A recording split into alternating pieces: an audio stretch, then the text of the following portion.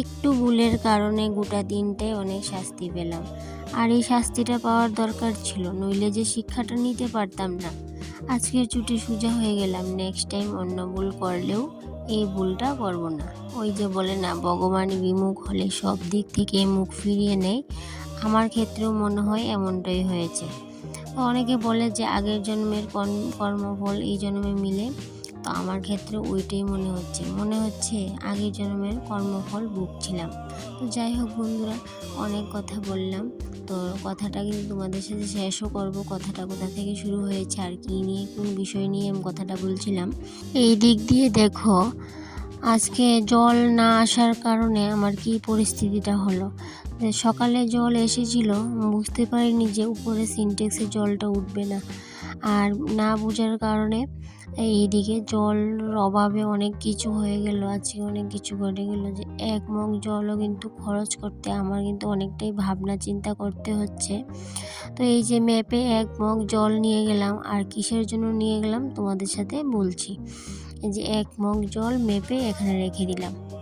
আর এই যে দেখতে পাচ্ছ উঠোনটা ঝাড় দেব। তো উঠোনটা ঝাড় দিয়ে যে আমি হাত পা ধুবো, ওই জলটা পর্যন্ত নেই।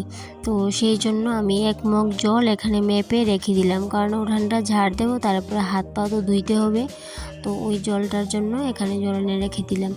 তো আজকে তো বৃহস্পতিবার, উঠান ঝাড় না দিয়ে, ঘর দুয়ার না পরিষ্কার করে কী করে তুমি থাকবে বলো। আজকে তো লক্ষ্মীবারে ওইগুলা কিন্তু করতেই লাগে।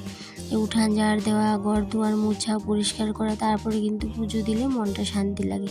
তো আজকে জল নেই, তো ভাবছিলাম আজকে এই কাজগুলো করব না, কিন্তু মন চাইছিল না যে কাজগুলো না করে কি করে পূজাটা দিই। তো এই চিন্তা করে আমি এক মগ জল মেপে এনে বাইরে রেখে দিলাম, কারণ আমি উঠানটা পরিষ্কার করে উঠান ঝাড় দিয়ে, আর এখানে কিছু আবর্জনা হয়ে জমিয়েছিল, তো ওগুলা কিন্তু আমি ফেলে দেব। ওই কাজগুলা করে তো হাত পা ধুইতে হবে। তো সেই জন্য এক মগ জল এনে বাইরে রেখে দিলাম। জানো বন্ধুরা, সকালে কিন্তু জল এসেছিল, তো আমি বুঝতে পারিনি যে উপরে সিনটেক্সে জল উঠেনি। তো সেই কারণে আজকে গোটা দিনটাই কিন্তু আমাকে শাস্তি পেতে হলো। তো এক ঝাড় জল আমি রেখেছিলাম স্নানের জন্য, ওই জলটুকু ছাড়া কিন্তু আর জল নেই। তো সেই জন্য মেপে জল দিয়ে কাজ করতে হচ্ছে আজকে। আর এই দিক দিয়ে দেখো, জল আনার জন্য আমি কিন্তু কারোর বাড়িতে যেতে আমার ইচ্ছে করে না। তো যতটুকু জল থাকবে ঘরে, ওইটুকু জল দিয়ে আমি কিন্তু কাজগুলা প্রায় দিনই কিন্তু এরকম হয়, কিন্তু আজকের মতো কিন্তু এরকম হয়নি। তো আজকে জল সারাদিন আমি একদম মেপে কাজ করেছি, কারণ জল তো আজকে আর আসবে না, একদিনই জল আসে। আর সকালে জল এসেছিল, কিন্তু আমি যদি একটু জলটা উঠিয়ে রাখতাম অন্য কিছুর মধ্যে, তাইলে কিন্তু গোটা দিনটা আর এরকম শাস্তি পেতে হতো না। তো সামনে কিন্তু আমাদের একটা ট্যাঙ্কি আছে, কিন্তু ট্যাঙ্কি থাকলেও ওইটার মধ্যেও কিন্তু জল নেই, পুরো শুকনো হয়েছে। এদিকেও জল নেই, সিনটেক্সেও জল নেই। জলের কারণে এদিকে বাসনপত্র রেখে দিলাম, বালতিও খালি। আর এই বাসনপত্র কখন ধুইব এটাও কিন্তু ঠিক ঠিকানা নেই। আর এদিকে যে দেখতে পাচ্ছ এই লাল ড্রামটা, ওই ড্রামটার মধ্যে এক ড্রাম জল আছে আগের দিনের, ওইটা দিয়ে কিন্তু সারাদিন আজকে চালাতে হবে। স্নান তিনজনের, তারপরে বাসনপত্র ধোয়া, সব কিছু কিন্তু এটা থেকেই করতে হবে। আর আমি ঘর দুয়ার মুছবো, তো ঘর দুয়ার মুছার জন্য কিন্তু আমি মেপে 3 থেকে 4 মগ জল নিলাম। আর এই জলটা দিয়ে কিন্তু আমি ঘর দুয়ার মুছে নেব। আর ওই যে বলেছিলাম যে আগের জন্মের কর্মফল এই জন্মে মেলে, অনেকে বলে। তো সেটাই কিন্তু আমার ক্ষেত্রে মনে হয় সঠিকই হয়েছে, কারণ মনে হচ্ছে যে আগের জন্মে মনে হয় আমি জল অনেক নষ্ট করেছি, অনেক অপচয় করেছি। তো সেই শাস্তিটাই মনে হয় আমাকে দিচ্ছে ভগবান। তো কি করব, জলের ব্যবস্থা কিন্তু এখনও ঠিকভাবে করে উঠতে পারিনি।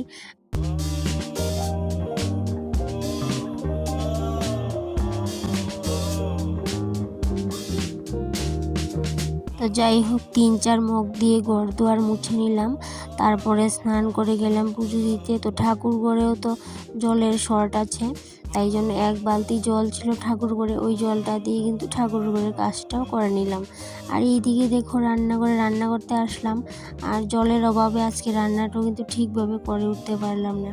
কারণ আমি ওইটাই চিন্তা করলাম যে রান্নাটা যদি করতে যাই অনেক বাসনপত্র ভরে যাবে, আর ওইগুলো ধোয়ার জন্য কিন্তু জল নাই। তো আমি কি করলাম যে ভাতটা কোনো মতে আমি ইন্ডাকশনে করে নিলাম। আর ভাবছি যে কি করা যায় শর্টকাট, যে বাসনপত্র না ভরে সেই চিন্তা করছিলাম যে কি রান্না করলে বাসনপত্র ভরবে না। এইদিকে দেখো এক বালতি জল, এই জলটা কিনে আমার হাজব্যান্ড এনে দিল অন্য এক সাপ্লাই থেকে। তো সেই এক বালতি জল দিয়ে আমি বাসনপত্রগুলো ধুয়ে নিলাম। আর ভাবছিলাম যে জলের এত ক্রাইসিস আজকে, তো রান্নাটাও কিন্তু আমি সেই জন্য একদম শর্টকাটে সেরে নিলাম। তো কি করলাম, আমি ভাবছিলাম যে মাছের ঝোল করব, কিন্তু মাছের ঝোল করতে গেলে অনেক বাসনপত্র ভরবে। তো সেই চিন্তা করে আমি কী করলাম, মাছটাকে এইভাবে করে ভেজে নিলাম। তো ভেজে তারপরে শর্টকাট করে আমি এটাকে পেঁয়াজ দিয়ে কাঁচা লঙ্কা দিয়ে একটু করে নেব। আর এইভাবে কিন্তু করলে তো গরম ভাত থাকলে অনায়াসে তুমি কিন্তু এক থালা ভাত খেয়ে নিতে পারবে। তো যাই হোক, ঘরে আগের দিনের ডাল ছিল আর ছিল আলু ভাজি। তো সেই জন্য ভাবলাম যে মাছটাকে এইভাবে করে নিই, পেঁয়াজ দিয়ে আর কাঁচা লঙ্কা চেরা দিয়ে শুকনো মরিচ কিছু ভেজে নিলাম। তো এইভাবে করে নিলাম, কিন্তু খেতেও কিন্তু দারুণ হয়েছে। আর এইভাবে কিন্তু আমি প্রায় সময় কিন্তু মাছ ভাজি করি। আর এইভাবে করলে কিন্তু অনেকটাই ভাত খাওয়া যায়, আর তাও কিন্তু গরম ভাত থাকতে হবে, নাহলে কিন্তু ভালো লাগবে না।